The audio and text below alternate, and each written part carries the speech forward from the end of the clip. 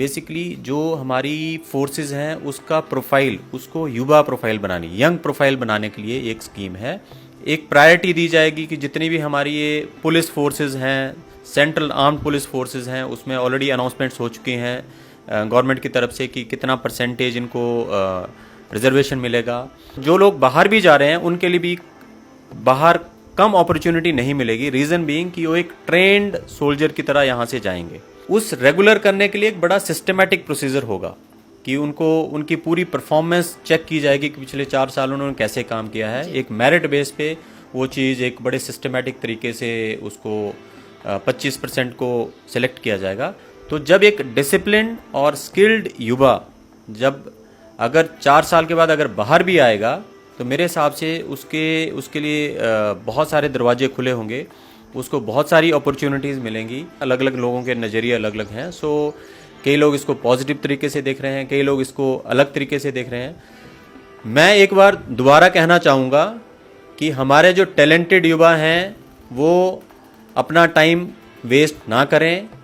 Online notifications जारी हो चुकी हैं, कृपया करके अपना अपना समय निकाल कर उसको भरें। और साथ ही साथ जो आप ट्रेनिंग इतने समय से करते आ रहे हैं वो व्यर्थ नहीं होनी चाहिए।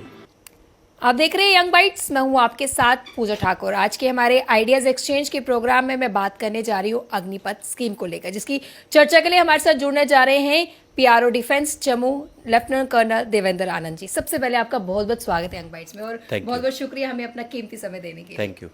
सब बात करें अग्निपथ स्कीम को लेकर तो सबसे पहले यही जानना चाहेंगे कि आखिरकार ये अग्निपथ स्कीम है क्या और लोगों का जो कॉन्सेप्ट बना है स्कीम को लेकर उस पर भी हम बातचीत करेंगे। सबसे पहले यही जानेंगे। ओके, अग्निपथ स्कीम एक इंडियन आर्मी की तरफ से एक जो ट्रांसफॉर्मेशन से रिलेटेड एक स्कीम लॉन्च की गई है और इंडियन गवर्नमेंट की तरफ से इसको लॉन्च किया गया पूरी सहमति के साथ।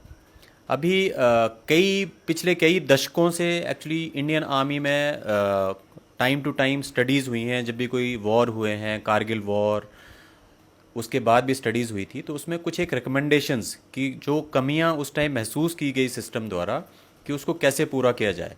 सो ये स्टडीज़ हर एक्टिविटी के बाद जनरली होती हैं एंड इन्हीं स्टडीज़ को मद्देनज़र रखते हुए एक कमेटी इंस्टीट्यूट की गई थी जिन्होंने बड़े तौर तरीके से पूरे सुझाव लेकर ऑन ग्राउंड जाकर इस चीज़ को स्टडी किया और फिर इसको एक ट्रांसलेट किया है कि इसको कैसे कैसे इम्प्लीमेंट किया जाएगा, इसमें क्या क्या चीज़ें इंक्लूड करेंगे और क्या क्या चीज़ें इसमें जो कमियां हैं उसको कैसे दूर करेंगे।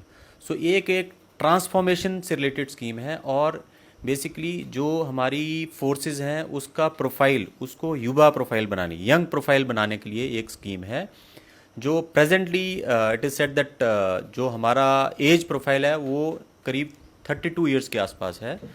तो जितनी भी लड़ाइयाँ हुई हैं उस टाइम पे ये महसूस किया गया कि हमें यंग फोर्स लड़ाई के दौरान ज़्यादा एफिशिएंट होती है और अच्छे से काम कर सकती है। तो इसको रिड्यूस करने के मकसद से इस स्कीम को बनाया गया है और लॉन्च किया गया है।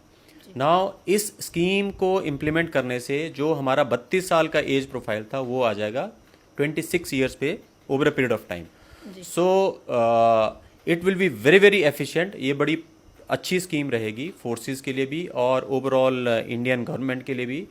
एंड इस स्कीम के तहत युवाओं को जो भी आने वाले टाइम में अब हेयर आफ्टर जो भी आर्म्ड फोर्सेस में भर्ती होगी वो सिर्फ और सिर्फ अग्निपथ स्कीम के तहत ही होगी। तो जितने भी आएंगे अग्निवीर आएंगे। पहला कदम एज ए अग्निवीर और उसके बाद उनको after 4 years they will be transformed into soldiers और वट एवर जिस फोर्सेस में जाएंगे उस हिसाब से उनको रैंक्स दिए जाएंगे। बट पहला रैंक हर सोल्जर को पहला रैंक एज ए अग्निवीर ही मिलेगा इस स्कीम के तहत। और जैसा कि आपने देखा होगा कि अभी मैक्सिमम फोर्सेस द्वारा नोटिफिकेशन जारी कर दिए गए हैं और लोगों को ऑनलाइन अप्लाई करने के लिए ये सारे बंदोबस्त दे दिए गए हैं कि वो अप्लाई कर सकते हैं और उसकी टाइम लिमिट है, उसके बाद फिर पूरा प्रोसीजर फॉलो होगा। नाउ अग्निपथ स्कीम में बेसिकली जो एक एनरोलमेंट प्रोसीजर है, उसमें उसके बाद अग्निवीर 4 साल तक रिस्पेक्टिव सर्विस में काम करेंगे एंड 4 साल के बाद ऑर्गेनाइजेशनल रिक्वायरमेंट को मद्देनज़र रखते हुए 25% लोगों को रेगुलर किया जाएगा और उस रेगुलर करने के लिए एक बड़ा सिस्टमेटिक प्रोसीजर होगा कि उनको उनकी पूरी परफॉर्मेंस चेक की जाएगी कि पिछले 4 साल उन्होंने कैसे काम किया है। एक मेरिट बेस पे वो चीज़ एक बड़े सिस्टमेटिक तरीके से उसको 25% को सिलेक्ट किया जाएगा एंड जो बैलेंस 75% होगा उसको एक एक लम सम पैकेज देकर, एक फाइनेंशियल असिस्टेंस देकर उसको सेनाओं से निवृत्त किया जाएगा। और साथ ही साथ इंडियन गवर्नमेंट के बहुत सारे इनिशिएटिव्स हैं जिसमें यूथ को जो सेनाएं छोड़कर बाहर जा रहे हैं उनको कैसे सिविल सोसाइटी में उनको कैसे एडजस्टमेंट में मदद करना है, तो उसमें काफ़ी सारे प्रावधान हो रहे हैं और आने वाले टाइम में उसका और भी होंगे, जिसमें एक प्रायोरिटी दी जाएगी कि जितनी भी हमारी ये पुलिस फोर्सेस हैं, सेंट्रल आर्म्ड पुलिस फोर्सेस हैं, उसमें ऑलरेडी अनाउंसमेंट्स हो चुकी हैं गवर्नमेंट की तरफ से कि कितना परसेंटेज इनको रिजर्वेशन मिलेगा। एंड इसके अलावा जितनी भी हमारी मल्टीनेशनल कंपनीज या प्राइवेट सेक्टर में भी काफ़ी सारे लोग इच्छुक हैं कि जो भी अग्निवीर से 4 साल की नौकरी के बाद सेवानिवृत्त होकर आएंगे उनको कैसे कैसे वो लोग अकोमोडेट करेंगे। जी, तो इस स्कीम के बाद जिस तरह से बात करें अपॉर्चुनिटीज़ की, तो क्या क्या अपॉर्चुनिटीज़ जो है युवाओं को मिलेगी जो इसके बाद आएंगे, और इसमें एज क्राइटेरिया जो पहले रखा गया था उसके बाद चेंज कर दिया गया? देखिए, एज क्राइटेरिया इसलिए चेंज किया था क्योंकि पिछले 2 साल से कोई रिक्रूटमेंट नहीं हो पाया था, तो हमारे कई सारे युवा हैं, स्पेशली हम इस जम्मू एंड कश्मीर में तो बहुत ज़्यादा देखते हैं कि सुबह शाम लोग बहुत मेहनत करते हैं। कई सारे युवा हैं जो पिछले कई सालों से तैयारी कर रहे हैं, तो उनको 2 साल में जो मौका नहीं मिल पाया उसको मद्देनज़र रखते हुए ये एक्सटेंशन दिया गया, एज एक्सटेंशन, ताकि हम हर किसी को इक्वल अपॉर्चुनिटी दें कि वो एटलीस्ट अपने आप को जो भी हमारे रिक्रूटमेंट वाला प्रोसेस है उसमें शामिल कर सके एंड देन उसको एक मौका मिले सेना में आने का। सेकेंडली, अग्निपथ स्कीम से अभी इनिशियली जैसे एनरोलमेंट शुरू होगा, नियरली 40,000 के आसपास इनिशियली एनरोल किए जाएंगे, but over a period of time ये एनरोलमेंट का जो फिगर्स है ये बढ़ता जाएगा। तो आप देखिए कि इस स्कीम से कितने युवाओं के सपने साकार होंगे, कितने युवाओं को मौका मिलेगा एक सिक्योरिटी फोर्सेस में आने का। और सिक्योरिटी फोर्सेस में आकर जो युवा एक जो हमारा तौर तरीके हैं, जो हमारी फंक्शनिंग है, रूटीन फंक्शनिंग, बहुत ही ज़्यादा डिसिप्लिन फंक्शनिंग होती है। सो फोर्सेस में आके मेरे हिसाब से एक सिविलियन के मुताबिक वो एक बड़े अच्छी चीज़ें सीख कर जाएंगे। तो अगर वो जो लोग बाहर भी जा रहे हैं उनके लिए भी बाहर कम अपॉर्चुनिटी नहीं मिलेगी, रीज़न बीइंग कि वो एक ट्रेंड सोल्जर की तरह यहाँ से जाएंगे जी। वो एक डिसिप्लिन ह्यूमन बीइंग की तरह जाएंगे। तो डिसिप्लिन ह्यूमन बीइंग बेसिकली अगर चाहे तो कुछ भी कर सकता है जी। तो ये लोग डिसिप्लिन होंगे, 1। सेकेंडली, स्किल्ड होंगे। इनको जब सेनाओं में 4 साल नौकरी करेंगे, इनको अलग अलग कार्डर्स में अलग अलग स्ट्रीम्स में बांटा जाता है इनकी क्वालिफिकेशन के हिसाब से। तो कुछ एक इसमें टेक्निकल स्कीम्स आती हैं, कुछ एक इसमें जनरल ड्यूटी स्कीम्स हैं। तो इनको अलग अलग स्कीम्स के तहत बेस्ड ऑन देयर प्रोफाइल, जो उनका प्रोफाइल एनरोलमेंट के टाइम होगा उसमें उनको एनरोल किया जाएगा। उन स्ट्रीम्स में इनको ट्रेन किया जाता है और ये ट्रेनिंग बहुत अच्छी ट्रेनिंग दी जाती है। तो एक तो उनको इनिशियली ट्रेनिंग दी जाएगी, उसके बाद उसी ट्रेनिंग से रिलेटेड वो लोग ऑन ग्राउंड ड्यूटीज़ करेंगे जी। दैट मीन्स एक तो उनको ट्रेनिंग दी, ऊपर से उनका स्किल रिफाइन हुआ, so that means they are becoming more skilled. तो जब एक डिसिप्लिन और स्किल्ड युवा जब अगर 4 साल के बाद अगर बाहर भी आएगा तो मेरे हिसाब से उसके लिए बहुत सारे दरवाजे खुले होंगे, उसको बहुत सारी अपॉर्चुनिटीज़ मिलेंगी। एंड साथ ही साथ हर कोई चाहता है आजकल के टाइम में, ऑल ऑर्गेनाइजेशन एस्टेब्लिशमेंट चाहती हैं कि हमें डिसिप्लिन और सक्षम और सिंसियर युवा मिलें जो कि फ़ौज उनको ट्रेन करके बनाएगी जी।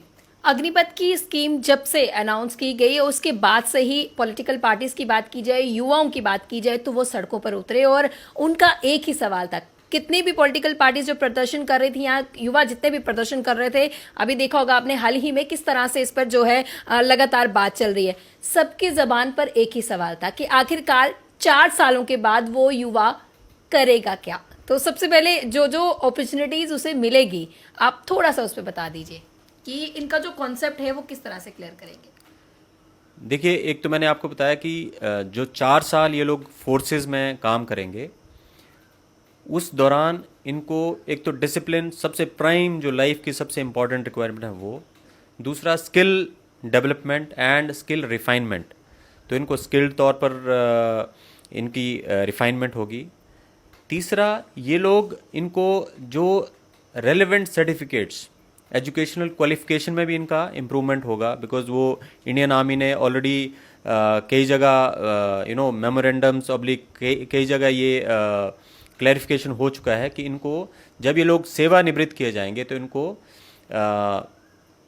कुछ एक सर्टिफिकेट्स उनकी क्वालिफिकेशन के हिसाब से दिए जाएंगे, ताकि जब ये युवा जब इंडियन आर्म्ड फोर्सेस से बाहर आएंगे तो ये एक डिसिप्लिन्ड, एक ट्रेंड, एक क्वालिफाइड, तीनों चीज़ें, तो जो कि किसी भी जॉब के लिए एक रिक्वायरमेंट है।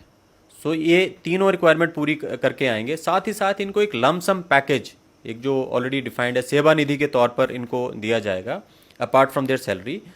सो उस पैकेज की बदौलत एटलीस्ट कुछ एक लोग जो अपना आजकल कई सारे युवा इतने टैलेंटेड हैं कि कोई अपना बिजनेस शुरू करना चाहते हैं, तो वो भी एक अपॉर्चुनिटी इनके सामने होगी।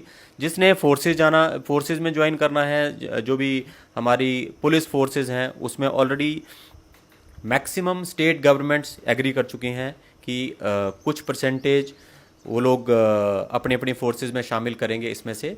और तो युवाओं को मेरे हिसाब से बाहर आने पर कोई कमी नहीं होगी। और सिमिलर स्कीम्स सिर्फ बहुत सारी कंट्रीज़ में चल रही हैं, तो कहीं कोई हताशा नहीं है किसी में कि ऐसा क्यों है। एंड इंडिया में सिर्फ लोगों का थोड़ा माइंडसेट है कि ये एक नई चीज़ शुरू हुई है, तो नई चीज़ जहाँ कहीं शुरू होती है उसमें लोगों के नज़रिया अलग अलग होते हैं, अलग अलग लोगों के नज़रिए अलग अलग हैं। सो कई लोग इसको पॉजिटिव तरीके से देख रहे हैं, कई लोग इसको अलग तरीके से देख रहे हैं।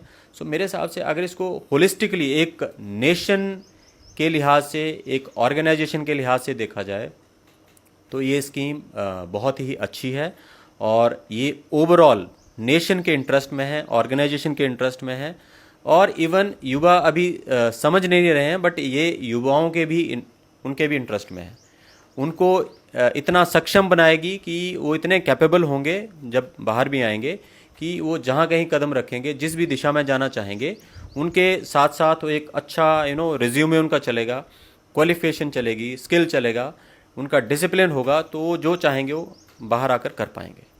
इसके अलावा इस टाइप की जो जॉब कंडीशंस हैं कई जगह चल रही हैं। पहले जैसे इवन इंडियन आर्मी में भी जो ऑफिसर्स कैडर, इसमें शॉर्ट सर्विस कमीशन अभी भी चल रहा है, जिसमें पहले 5 इयर्स तक होता था, बाद में उसको एक्सटेंड किया गया ऑर्गेनाइजेशन इंटरेस्ट देखते हुए। एंड जो भी, जैसे मैं भी एक शॉर्ट सर्विस कमीशन ऑफिसर हूँ, सो हमारे जो भी काउंटर पार्ट्स बाहर भी गए हैं वो हमसे भी अच्छा कर रहे हैं। सो हर कोई सेटिस्फाइड है। जो सर्विसेज मैं कंटिन्यू कर गया, we are doing well in services. जो बाहर गए हैं, they are doing very well outside. So मेरे हिसाब से इस जो हमारी एक अनुशासनिक कड़ी है, इसमें अगर जो भी कोई शामिल होगा वो कहीं भी खता नहीं खा सकता, उसको हर जगह प्रोग्रेस मिलेगी और हर जगह तरक्की मिलेगी। मैं एक बार दोबारा कहना चाहूँगा कि हमारे जो टैलेंटेड युवा हैं वो अपना टाइम वेस्ट ना करें। ऑनलाइन नोटिफिकेशंस जारी हो चुकी हैं, कृपया करके अपना अपना समय निकाल कर उसको भरें। और साथ ही साथ जो आप ट्रेनिंग इतने समय से करते आ रहे हैं वो व्यर्थ नहीं होनी चाहिए, उसको बरकरार रखें। और जितनी भी आने वाली रिक्रूटमेंट रैलीज़ हैं, बहुत अच्छी अपॉर्चुनिटी है आप सबके लिए, उसमें बढ़ चढ़ कर हिस्सा लें और अपना भविष्य संवारें। जी, तो हमारे साथ आज मौजूद थे PRO defence Jammu lieutenant colonel Devendra Anand ji, जिन्होंने साफ तौर से कहा कि किसी के बहकावे में आने की जरूरत नहीं है। अग्निपथ योजना जो है युवाओं के हित में है और युवाओं को ये काफी ज्यादा आगे तक लेकर जाएगी। अगली अपडेट लेकर फिर मैं हाजिर होंगी, तब तक के लिए आप देखते रहिए Young Bytes. Journalist Rajiv Gupta के साथ मैं पूजा ठाकुर, यंग बाइट्स जम्मू।